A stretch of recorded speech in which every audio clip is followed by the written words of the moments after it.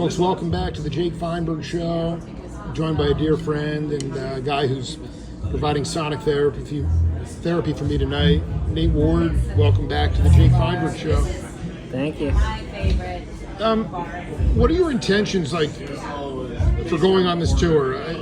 Is it to just sort of, is it to heal? Sure. I mean, I think for me personally, my day-to-day life isn't quite as exciting as this. So I don't think most people's lives are as exciting as this, you know? Yeah.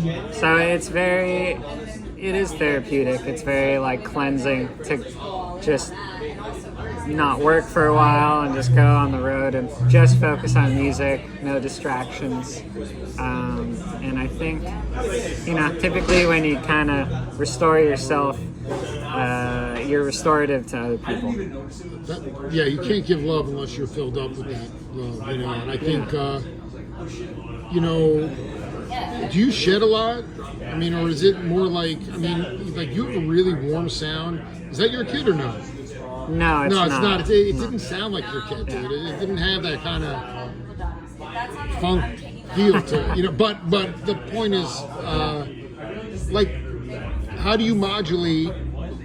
Do you practice when you're inspired, and what does practicing look like? Because you don't need to go through the rudiments anymore. Is it more about playing what you don't know?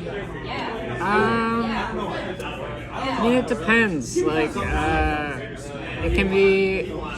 A lot of the times it seems to be just practicing, material for, whether it's playing with Sam or playing with another group. A lot of the time gets eaten up that way, but when I have free time, I try to, just think about things that are challenging for me and songs or things that I want to learn that are outside of my comfort zone. Give an example of a tune? Or a style? Of a style? I mean, jazz is one thing, although it can be tricky to find good lessons on it because it's so kind of free. Can I tell you about the jazz? This is the bottom line. I am not a musician. Yeah. But the character, it's all about the cymbal character. Yeah. It's all about the ride cymbal. That's the missing link, even in any genre of music, is that every master, Max Roach, Elvin Jones, the list goes on and on, they all had a specific character on their cymbal. Yeah. Where's your cymbal character at? Not that you're a jazz, you're not playing bebop 3 nights a week. Yeah. But that to me is because it's not a funk gig, it's not a rock gig, to me it's about keeping time on the ride. Yeah. Where are you at in that? Because if I was a drummer, that's all I do is just keep on the ride. Yeah. I mean, it's kind of hard to describe myself, but I think my intention playing is usually to err on the softer side, but try to maintain some articulation. Yeah. And then, I've been trying more to work on being soft, but then intentionally building up at points. And I like how a lot of jazz musicians have that kind of stark contrast, Oh, it's so good to see this guy. No, it's true. I want to keep on. Resolution is key. Yeah. It's about how you end your solo. Not that you're soloing a lot. Yeah. But can you talk about that idea of, can you really build up that crescendo? Can you build up from a whisper to a scream authentically when you're just shedding? Or do you need to kind of work on it within the band context? If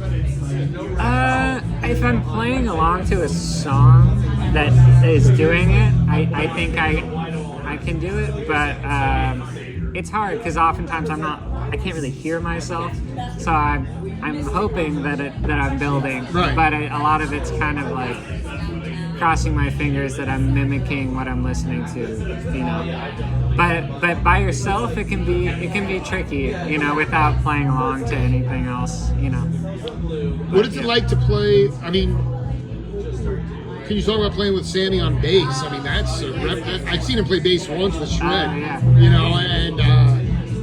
I'm just excited because I can cut loose tonight. This isn't some sort of soft rock thing. Dude. This is a burner. I mean, you guys are cooking. Yeah. What's the time feel like with him on bass? You know, Have you played live with him on bass in other concerts?